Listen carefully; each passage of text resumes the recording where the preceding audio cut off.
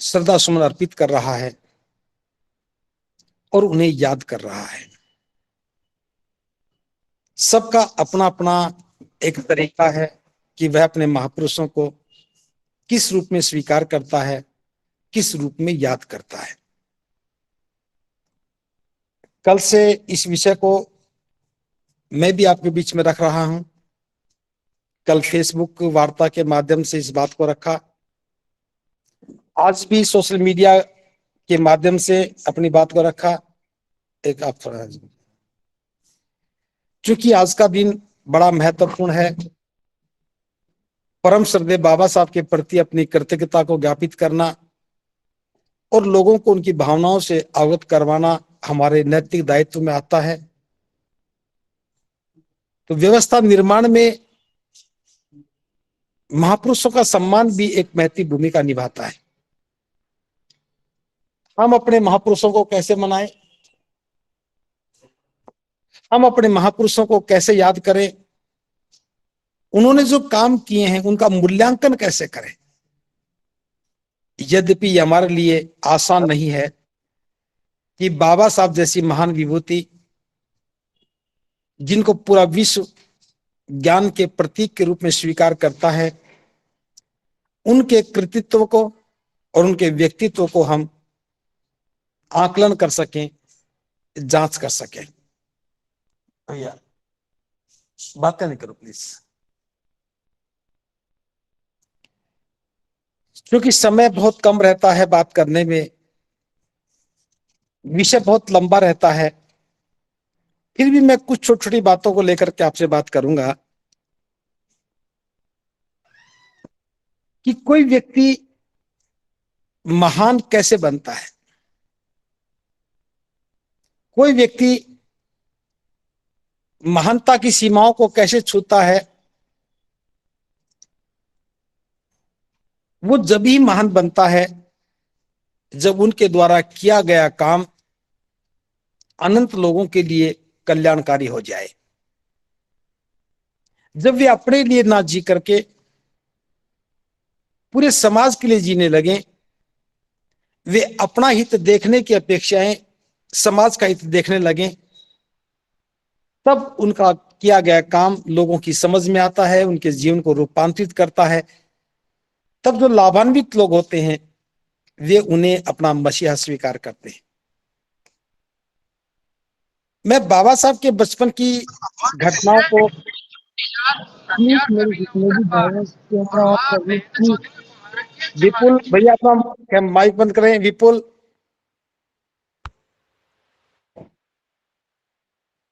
7 वर्ष की उम्र में भीम ने स्कूल में जाना शुरू किया और उसी दिन से उनके साथ जो भेदभाव हुआ, जो उनके मन को आघात लगने वाली बातें हुई, कक्षा से बाहर बैठना पड़ा, अपनी टाट साथ लेके जाना पड़ा, बाकी बच्चे अंदर बैठे, अकेला भीम बाहर बैठे। ये कैसी परिस्थिति थी जो कोई भी बच्चा इसे स्वीकार नहीं कर सकता। ये एक छोटी सी घटना है। अध्यापक बड़ा क्रूर था, क्योंकि जातीय अहंकार कभी भी मानवीय दृष्टिकोण पैदा नहीं करने देता। सारी व्यवस्था ही जातीय अहंकार का शिकार थी और विशेष तौर से वही लोग पढ़ाने का काम कर रहे थे जो जाति व्यवस्था के पोषक थे, जो जाति व्यवस्था के जन्मदाता थे। एक बार अध्यापक ने पूछा कि तो अछूत है, पढ़ करके क्या करेगा। भीम ने कुछ नहीं कहा। दूसरी बार पूछा कि पढ़ करके क्या करेगा। भीम ने तब भी कुछ नहीं कहा। कुछ दिन के बाद तीसरी बार कहा कि पढ़ करके क्या करेगा, तो अछूत है, पढ़ करके क्या करेगा। तो 7 वर्ष के बच्चे में इतना आक्रोश पैदा हो गया था, खड़े होकर के कहा कि मास्टर जी, आज तो आपने ये बात कही है, आज के बाद दोबारा मत कहना, वरना अच्छी बात नहीं होगी।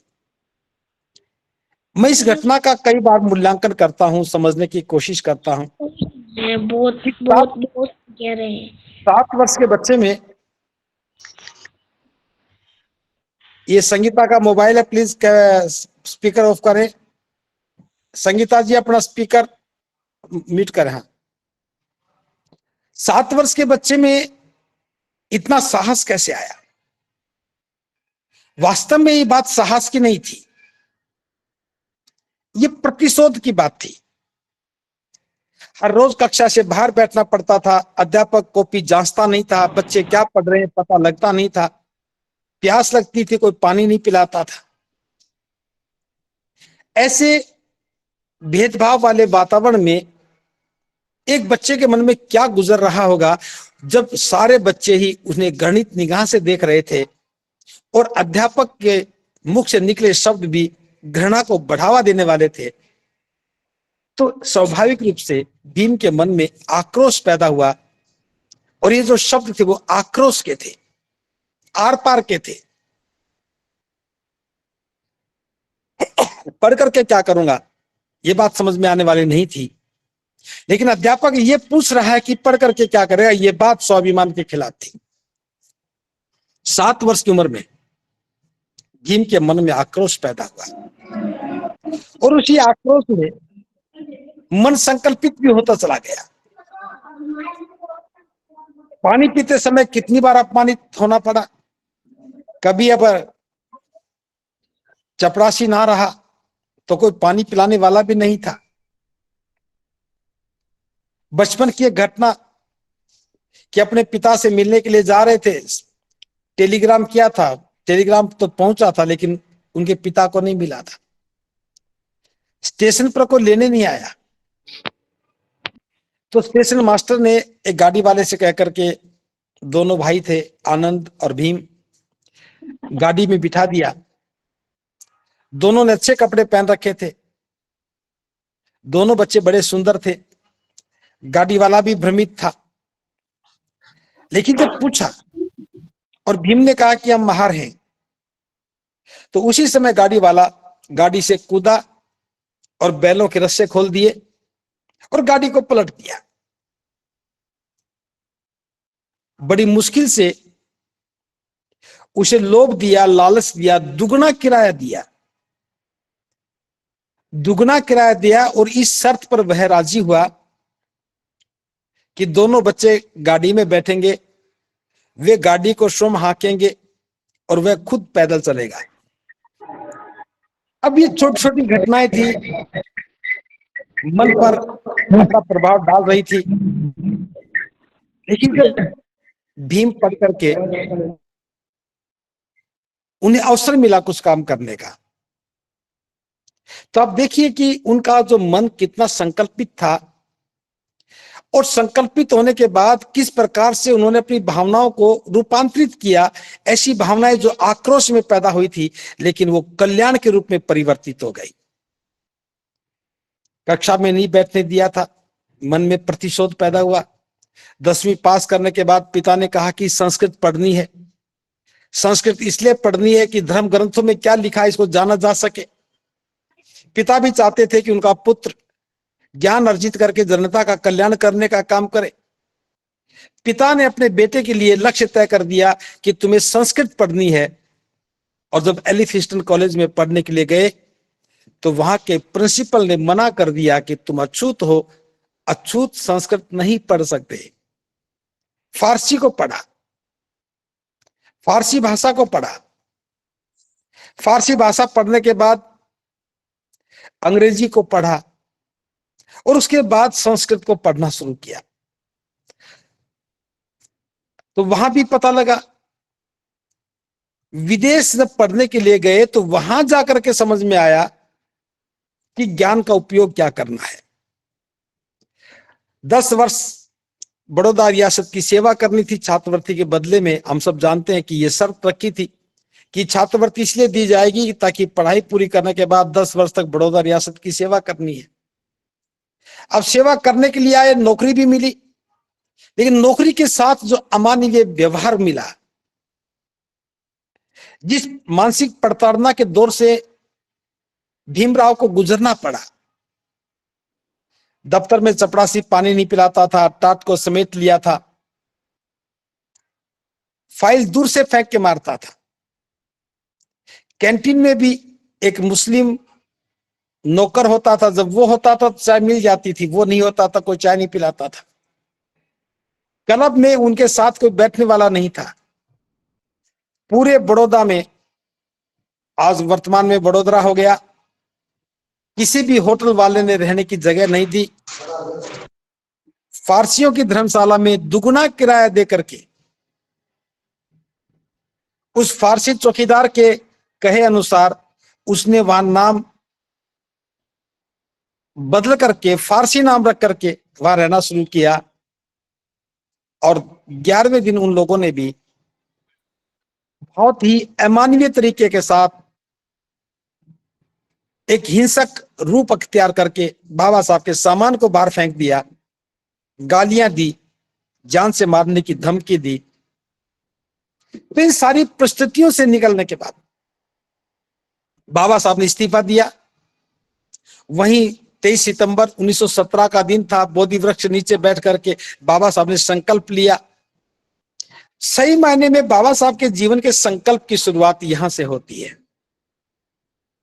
संकल्प ले लिया, जिस व्यवस्था ने मेरा अपमान किया है, जो व्यवस्था मेरा ही नहीं करोड़ों लोगों को पशुतुल्य जीवन जीने के लिए मजबूर करके रखा है, जिस व्यवस्था ने इंसानियत की सारी सीमाएं लांघ करके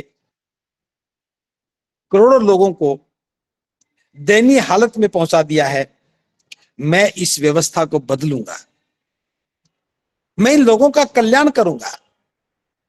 और ये संकल्प लेकर के बाबा साहब वहां से लौट करके आए और ये उनके जीवन का एक बहुत बड़ा रूपांतरण था। पहली बात यह थी कि उनकी ज्ञान की पिपासा बहुत बढ़ गई थी। वे और ज्ञान पाना चाहते थे, विदेश दोबारा पढ़ने जाना था, धन इकट्ठा किया और दोबारा विदेश पढ़ने गए और फिर लौट करके आए।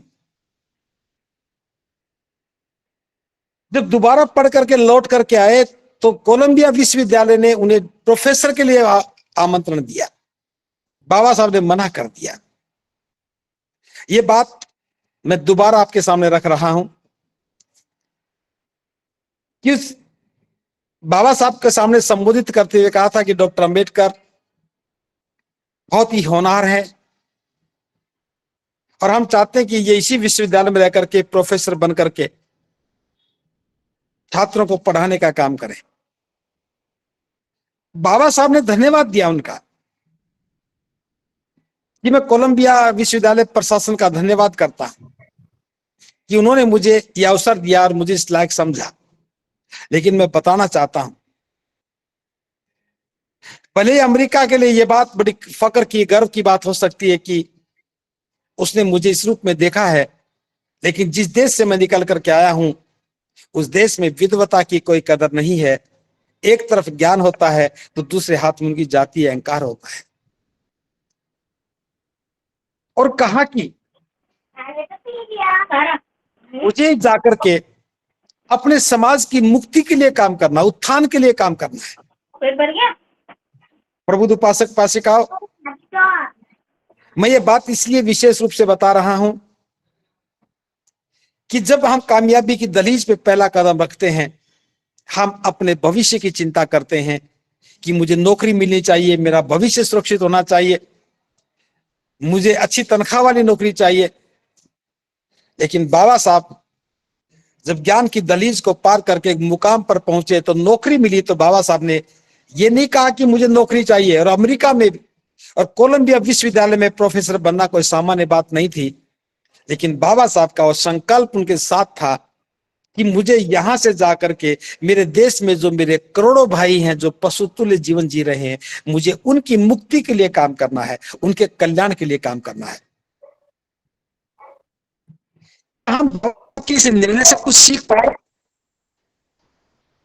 क्या हम बाबा साहब के इस निर्णय कभी सोचते हैं? क्या हम भी उस निर्णय पर कुछ अमल करके देख सकते हैं? ऐसा कभी प्रयास किया? आज जितने भी लोग पढ़ रहे हैं, अपने बच्चों को पढ़ा रहे हैं, वे कभी भी नहीं सोचते कि जिन महामानव के त्याग और बलिदान से उनकी संतान को इस मुकाम तक पहुंचने का अवसर मिला है, हम बाबा साहब से प्रेरणा के बच्चों को समाज कल्याण के लिए प्रेरित करें। और मुझे बात कहते हुए आज बहुत ही गहरी दुखद संवेदना का एहसास हो रहा है, पीड़ा होती है कि हम सभी लोग बाबा साहब को याद कर रहे हैं, बाबा साहब की मूर्तियां लगा रहे हैं, बाबा साहब को नमन कर रहे हैं, उनके गीत गा रहे हैं, कभी भी बाबा साहब के इस त्याग को अनुभव करके नहीं देखते। उन्होंने कोलंबिया विश्वविद्यालय में प्रोफेसर बनना अस्वीकार कर दिया क्योंकि उनके सामने हमारा जीवन था। वे हमारे जीवन को एक मानवीय मूल्य देना चाहते थे। वे पशुतुल्य जीवन से हमें बाहर निकालना चाहते थे। वे दरिद्रता, बेबसी, लाचारी से हमारी मुक्ति चाहते थे। तो यहां से बाबा साहब का संकल्प का व्यवहारिक स्वरूप शुरू होता है। और उसके बाद जब भारत में आए तो मास्टर कृष्ण केलुस्कर, जो बड़ौदा महाराज के मित्र भी थे, एक पत्र लेकर के आए। उस पत्र में लिखा था बाबा साहब के लिए डिस्ट्रिक्ट मजिस्ट्रेट की नौकरी के लिए अपॉइंटमेंट लेटर था कि हम आपको डिस्ट्रिक्ट मजिस्ट्रेट के लिए आमंत्रण दे रहे हैं। और बाबा साहब ने यह कह करके कि नौकरी मेरे लिए फांसी का फंदा है, अगर मैं गले में डालूंगा तो जो संकल्प मैंने बड़ौदा की संकल्प भूमि में लिया था उसे मैं पूरा नहीं कर पाऊंगा।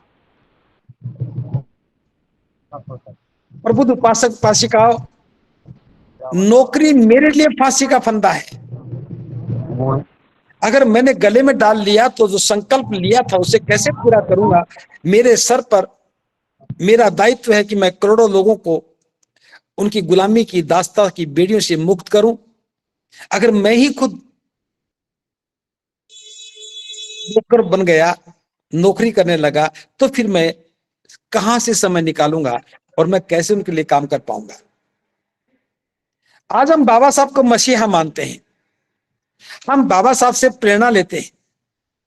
क्या किसी भी नौजवान को एक ख्याल आया कि नौकरी फांसी का फंदा होता है? अगर ये बात समझ में आ जाती तो आज लाखों नौजवान बाबा साहब से प्रेरित होकर के नौकरी को फांसी का फंदा समझते, तो बाबा साहब के जो सपने अधूरे रह गए, उनकी इच्छाएं अधूरी रह गई, उनको पूरा करने के लिए अपना पूरा समर्पण, पूरी निष्ठा के साथ काम करते। लेकिन हमारी दौड़ आज नौकरियों की ओर हो रही है। जो नौकरियां हमारे लिए फांसी का फंदा थी, सभी लोग गले में डाल करके खुश हो रहे हैं और बाबा साहब का आदर्श मान रहे हैं। मैं ऐसा नहीं कहता कि बाबा साहब ने सबको कहा कि नौकरियां मत करो, नौकरियां करनी चाहिए। शासन प्रशासन के उच्च पदों पर हमें जाना भी चाहिए, लेकिन उनसे भी बाबा साहब की कामना थी। लॉर्ड लिनलिथगो का जिक्र आता है। बाबा साहब ने 15 अक्टूबर 1956 को जो वक्तव्य दिया था दीक्षा के बाद, उसमें बाबा साहब ने इसका जिक्र किया है। बाबा साहब कहते हैं कि हमारी शिक्षा के लिए पैसा मांग रहे थे, विदेश पढ़ने के लिए बच्चों को भेजने की बात कर रहे थे। तब बाबा साहब कह रहे थे कि मैं अकेला पढ़ा लिखा 500 ग्रेजुएट्स के बराबर हूं। एक तरफ 500 ग्रेजुएट और एक तरफ मैं हूं, और ये स्थान मैंने अपने परिश्रम से हासिल किया है, अपनी मेहनत से हासिल किया है।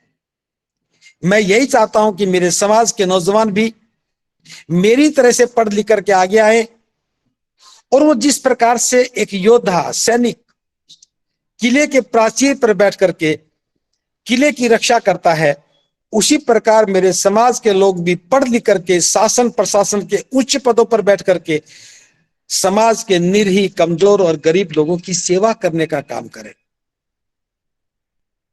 बाबा साहब हमारे लिए काम कर रहे थे। 16 बच्चों को विदेश पढ़ने के लिए भेजा, अंग्रेज सरकार से धन की व्यवस्था की, और कामना थी कि जिस प्रकार से एक योद्धा, एक सैनिक किले की रक्षा करता है, ऐसे ही शासन प्रशासन के उच्च पदों पर बैठ करके मेरे समाज के लोग गरीब, निरीह और कमजोर लोगों की सेवा करने का काम करें। क्या हम सेवा कर रहे हैं? बाबा साहब का संकल्प, बाबा साहब का निश्चय, बाबा साहब का प्रयास, क्या हमें उससे प्रेरणा नहीं लेनी चाहिए? आप जिस भी पद प्रतिष्ठा पर बैठे हैं, क्या उस पद प्रतिष्ठा पर बैठे हुए गरीब और निरीह बेबस लाचार समाज का कोई ख्याल करते हैं? बाबा साहब ने बहुत सारा प्रयास किया और प्रयास करते करते जब बाबा साहब ने देखा कि पढ़े लिखे लोग जैसा मैं सोच रहा हूं वैसा नहीं कर पा रहे हैं, तो ये बात तो आप सब जानते हैं कि इस कारवां को बड़ी मुश्किल से लेकर के आया हूं आगे बढ़ाना। मैं इससे अलग भी बात कर रहा हूं। बाबा साहब ने कहा कि अगर तुम इतना ना कर सको जो मैं तुमसे अपेक्षा कर रहा हूं, आप मेरी अपेक्षाओं पर खरे भी नहीं उतर रहे, कोई बात नहीं। जो मैं आपसे चाह रहा था वो नहीं कर पाए तो कोई बात नहीं। आप जो सुटिड बुटिड होकर के ऑफिस में जाते हो, बस महीने में कम से कम एक बार इतना कर लेना, जिन गांव की गलियों से निकल करके आए हो, महीने में एक बार सुटिड बुटिड होकर के उन गांव की गलियों से गुजर जाना, ताकि गांव के बाकी लोग जब तुम्हें सुटिड बुटिड देखेंगे, अच्छे वस्त्रों में देखेंगे, तो तुमसे प्रेरणा लेकर के वे भी अपने बच्चों को ऐसा ही बनाने का काम कर रहे हैं, करेंगे। लेकिन हम सब लोगों ने गांव में जाना बंद कर दिया, लोगों से मिलना बंद कर दिया। जो लोग पीछे रह गए उनको सलाह और परामर्श देना बंद कर दिया।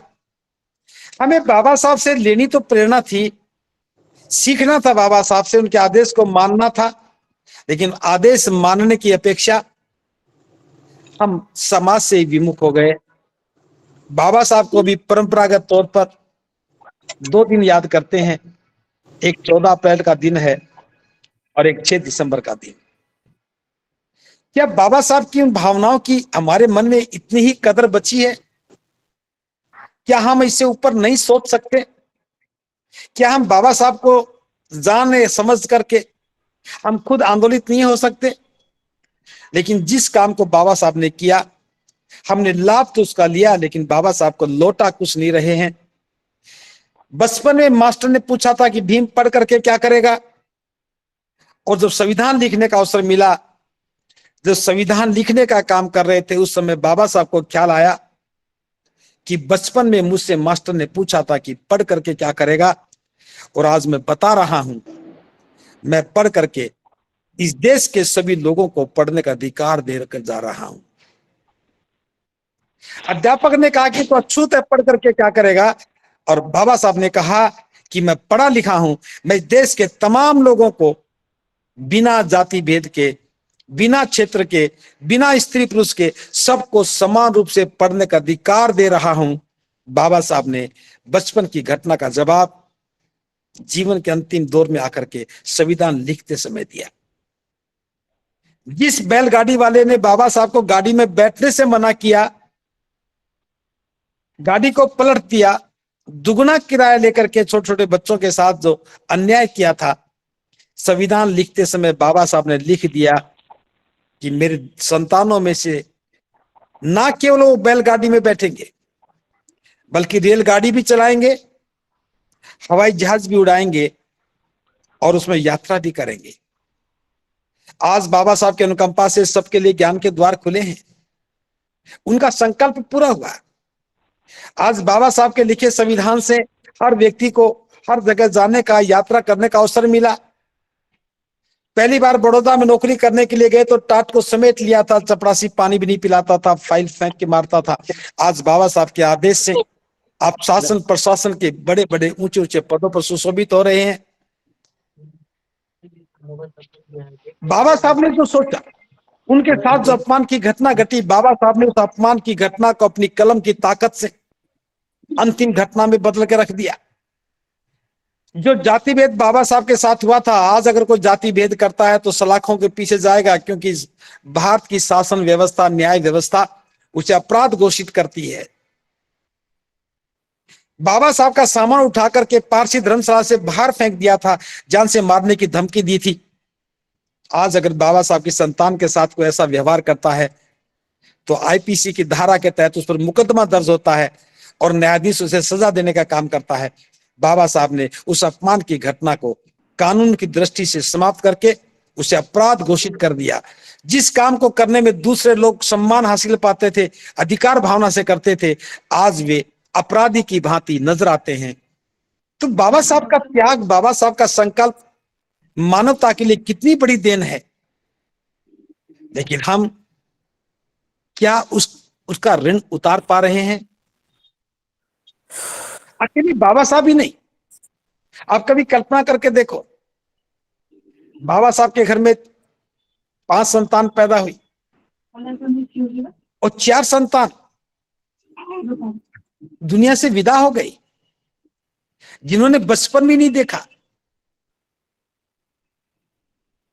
एक बाबा साहब अंबेडकर जो हम जैसे करोड़ों लोगों का जीवन बचाने का काम कर रहे थे, क्या वो अपनी संतान का जीवन नहीं बचा सकते थे? और वो तो उस दौर से भी गुजरे हैं कि एक बच्चे की मृत्यु के बाद तो कफन के पैसे तक भी नहीं थे।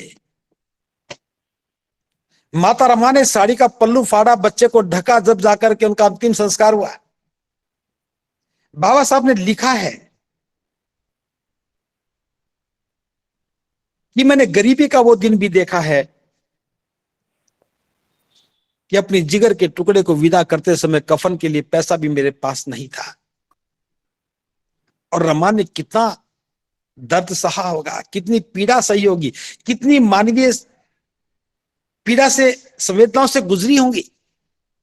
राज रत्न जो सबसे ज्यादा प्यारा था, जब वो विदा हुआ तो क्या परिस्थितियां रही थी।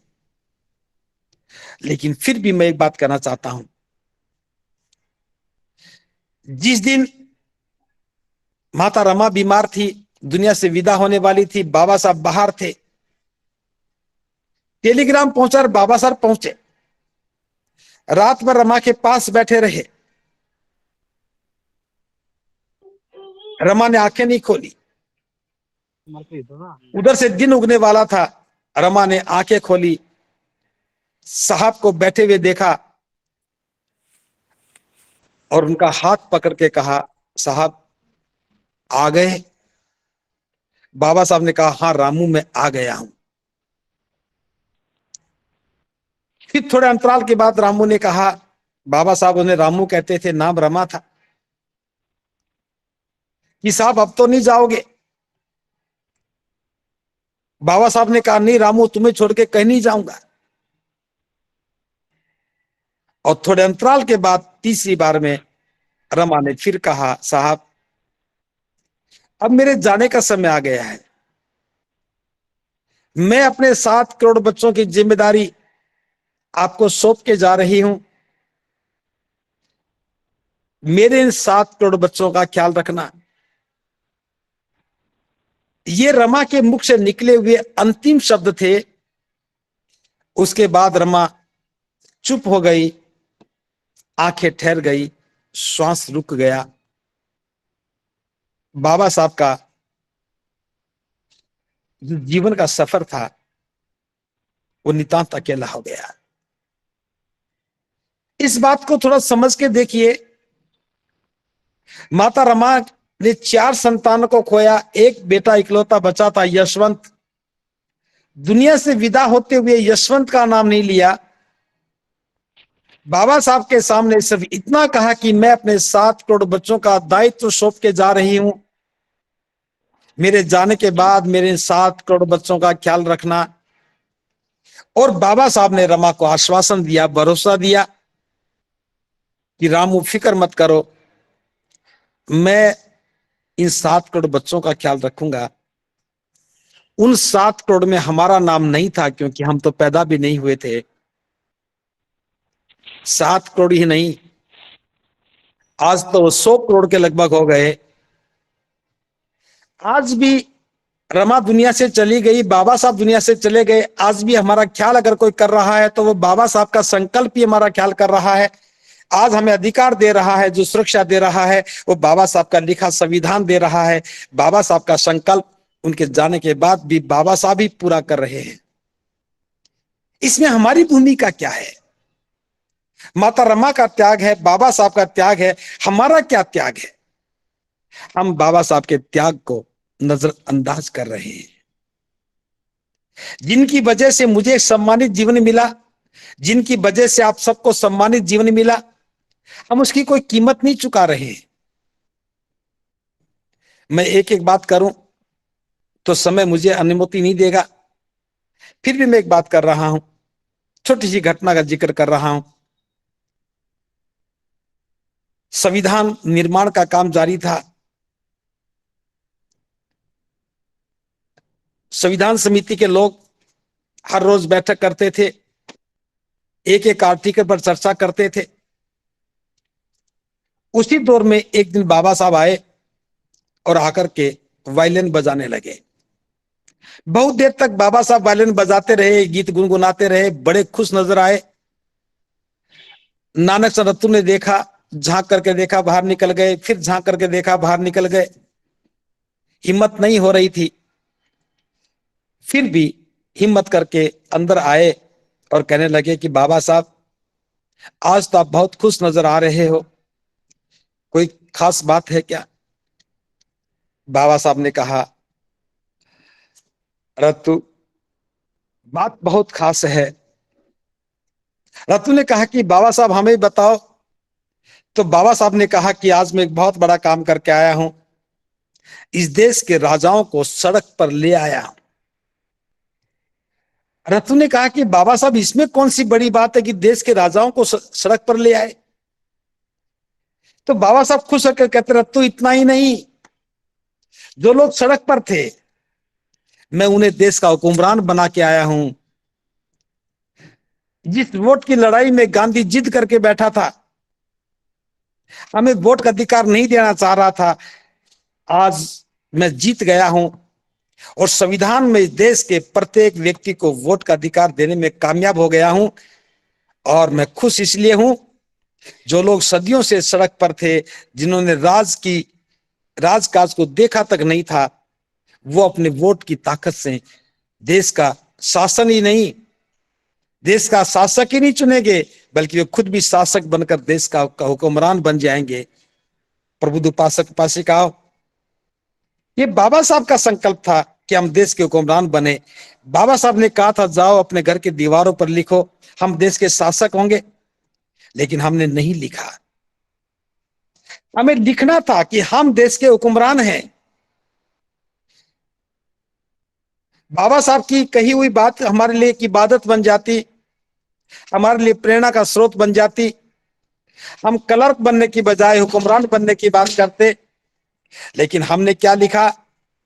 धन धन सतगुरु तेरा ही सहारा, जय माता दी, राधे राधे, इस कृपा।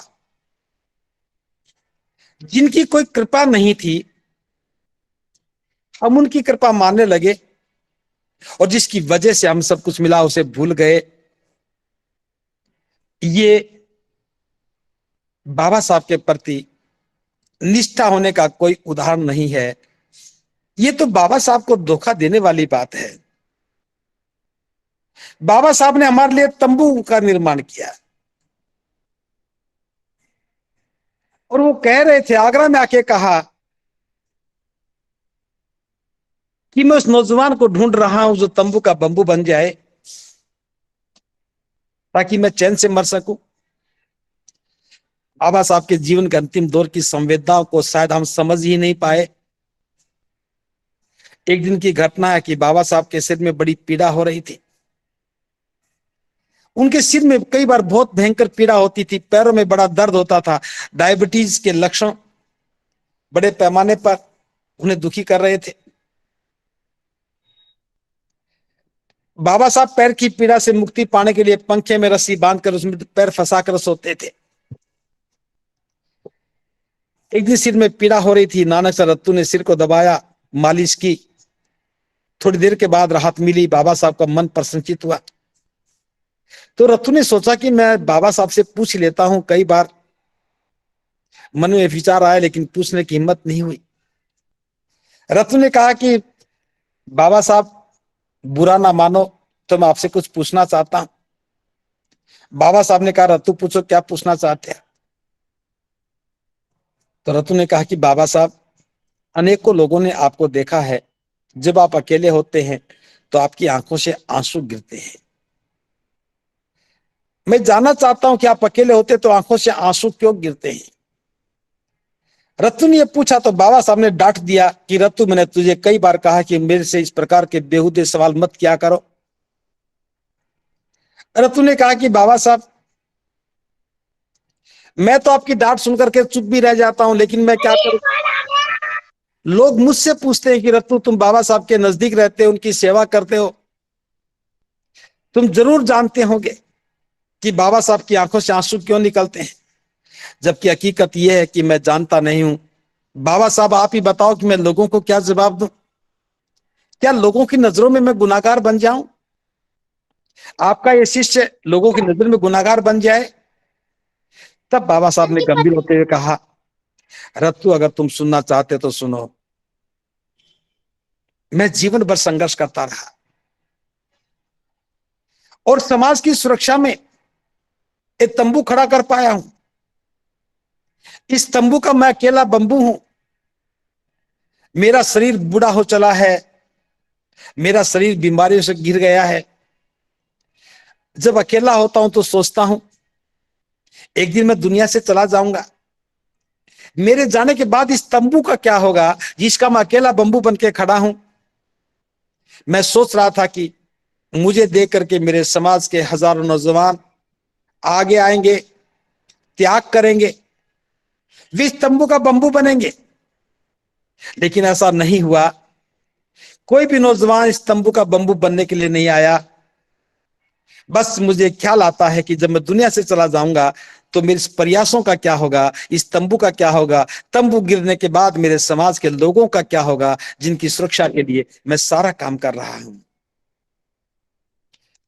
रातू, तुमने मेरे से पूछा है तो ये बात जाकर के समाज के लोगों को बताना। इस कारवां को मैं बेहद मुश्किलों का सामना करते हुए यहां तक लेकर के आया हूं। मेरे अनुयायियों का दायित्व है कि इस कारवां को आगे बढ़ाएं। अगर वो आगे ना बढ़ा सके तो किसी भी सूरत में से पीछे ना जाने दें। प्रबुद्ध उपासक उपासिकाओं, हम बाबा साहब को पुष्प अर्पित करते हैं, बाबा साहब के जयकारे लगाते हैं, बाबा साहब के नाम से जय भीम भी करते हैं। क्या कभी हमें ख्याल आता है कि बाबा साहब का वो कारवां आगे बढ़ना चाहिए था, क्यों ठहर गया। और ठहर ही नहीं गया कि पीछे हट गया। क्या कभी हम आज तक तंबू की बात कर पाए, वो तंबू जो बाबा साहब ने खड़ा किया था पूरे जीवन की साधना के बाद। आज उस तंबू का कोई बंबू नहीं है। क्या हमारा दायित्व नहीं बनता कि बाबा साहब के बनाए हुए तंबू का बंबू बन करके हम बाबा साहब के श्रद्धा सुमन अर्पित करने का काम करें। लेकिन हम गुनाहगार हो गए। हम सब ने अपने अपने तंबू बना लिए, अपने अपने घर के आगे लगा लिए और खुद बंबू बन करके हम बाबा साहब के समानांतर खड़े हो गए। हमें बाबा साहब के तंबू का बंबू बनना था। हाँ, अपने अपने तंबू बना लिए। ये गुनाह है, ये अपराध है बाबा साहब के लिए। बाबा साहब ने कहा, लो एम इज ए क्राइम। छोटा लक्ष्य नहीं बनाना, बड़ा लक्ष्य बनाना है। पूरे देश को एक साथ लेके चलना है। हमें राष्ट्रव्यापी आंदोलन खड़ा करना है। लेकिन हम लोग गली मोहल्ले के संगठन बना करके संगठनकर्ता बन गए और समाज को खंडित करने लगे। क्या ये बाबा साहब को समझना है? क्या ये बाबा साहब की भावनाओं के साथ न्याय है? इस देश की सारी महिलाओं को बाबा साहब ने मानवीय अधिकार दिए, समता का अधिकार दिया, पुरुषों के बराबर का अधिकार दिए, और महिलाएं भूल गई कि बाबा साहब हमारे मुक्तिदाता हैं। किसकी कमी है? हमारी कमजोरी है। हम महिलाओं को बता नहीं पाए, हम महिलाओं को समझा नहीं पाए, बाबा साहब का उपकार उन तक पहुंचा नहीं पाए। तो भला महिलाएं कैसे समझ सकती थी? वो तो पहले भी अपाहिज थी और आज पढ़ लिखने के बाद भी घर की चार दीवारी और नौकरी की सीमाओं से बाहर सोचने का काम भी नहीं कर रही। महिलाएं तो ऐसे व्यवहार करती हैं जैसे वो इस व्यवस्था का हिस्सा ही नहीं है। उनकी तो प्रोग्रामिंग कोई और कर रहा है और एक बार प्रोग्रामिंग करके दे दी, पढ़ाई पूरी की, शादी हो गई, नौकरी लग गई, नहीं लगी, घर बार संभाला और काम खत्म हो गया। महिलाओं को भी सोचना चाहिए कि बाबा साहब के मिशन में उनकी भी बराबर की भागीदारी होनी चाहिए, उन्हें भी संकल्प को पूरा करना चाहिए। और अंत में मैं एक बात और कहकर के वाणी को विराम दे रहा हूं। बाबा साहब बुद्ध की शरण में गए। बाबा साहब अपने मन की पीड़ा को खत्म करने के लिए नहीं गए। बाबा साहब करोड़ों लोगों को मानवीय अधिकार दिलाने के लिए, अन्याय से मुक्ति दिलाने के लिए, समाज में व्याप्त असमानता को दूर करने के लिए, जाति के आधार पर होने वाले शोषण से मुक्ति के लिए, समता, बंधुता, स्वतंत्रता और न्याय के सिद्धांत पर जीवन जीने के लिए बाबा साहब बुद्ध की शरण में गए और हमें भी ऐसा करने को कहा। लेकिन आज हम बाबा साहब का अनुसरण नहीं कर रहे। जब हम बाबा साहब का अनुसरण नहीं कर रहे हैं, पुरानी व्यवस्था में बने हुए हैं, तो हमें कोई अधिकार नहीं है बाबा साहब के नाम पर किसी भी आयोजन करने का। या तो अनुयायी बन करके काम करें या फिर पीठ फेर कर खड़े हो जाएं। वो भी पीठ फेर लेंगे तो हमें कहना आसान हो जाएगा कि वो गुनाहगार लोग हैं, लेकिन नतमस्तक भी होते हो और मिशन को समझते भी नहीं हो। नतमस्तक भी होते हो, पुष्प अर्पित भी करते हो, जयकारे भी लगाते हो, लेकिन उनका कहा एक भी मानते नहीं हो। ये तो दूसरे प्रकार का दोष हो गया, गुनाहगारों की श्रेणी में खड़ा करने का काम हो गया। बाबा साहब ने कहा था कि प्रत्येक व्यक्ति को अपनी आमदनी का 20वां भाग धर्म प्रचार के लिए दान करना है। धर्म प्रचार के लिए, क्योंकि जिम्मेदारी का काम है, करोड़ों लोगों की मुक्ति का काम है, करोड़ों लोगों को अमानवीय व्यवस्था से बाहर निकाल करके मानवीय व्यवस्था में स्थापित करने का काम है, और ये बिना दान के संभव नहीं होगा। इसलिए 20वां भाग दान करना है धर्म प्रचार के लिए। आज सारे के सारे लोग बेईमान हो गए। कुछ लोग थोड़ा बहुत काम कर रहे होंगे, मैं उनको छोड़ दूं तो बाकी सब लोग बिल्कुल पीठ फेर करके खड़े हो गए। तो क्या ऐसे बाबा साहब का कारवां आगे बढ़ेगा? हमारे बिना त्याग के क्या हम बाबा साहब के मिशन को पूरा कर पाएंगे? जो बाबा साहब ने स्वयं के लिए लक्ष्य तय किए और जिंदगी भर उन्हें पूरा करने का प्रयास करते रहे, क्या हमारा दायित्व नहीं बनता कि हम उनसे प्रेरणा लेकर के उनका जो काम अधूरे रह गए, बच्चों हर बच्चे तक शिक्षा पहुंचनी थी, ये काम हमें करना था। जिस बच्चे के पास पढ़ने के साधन नहीं है, हमें छात्रवृत्ति लौटा करके उसे पढ़ने का रास्ता देना था। धम्म की गतिविधियों को आगे बढ़ाने के लिए, सुंदर बुद्ध विहारों का निर्माण करने के लिए, धम्म के प्रचार को आगे बढ़ाने के लिए हमें वेतन का 20वां हिस्सा दान देना था। महिलाओं को समानता का हक मिलता रहे, इसके लिए हमें प्रयास करना था। शोषण उत्पीड़न ना हो, इसके लिए हमें पहल करनी थी। गरीब लोगों की सेवा करनी थी। बाबा साहब ने इस देश का संविधान दिया, उसकी रक्षा के लिए हमें काम करना था।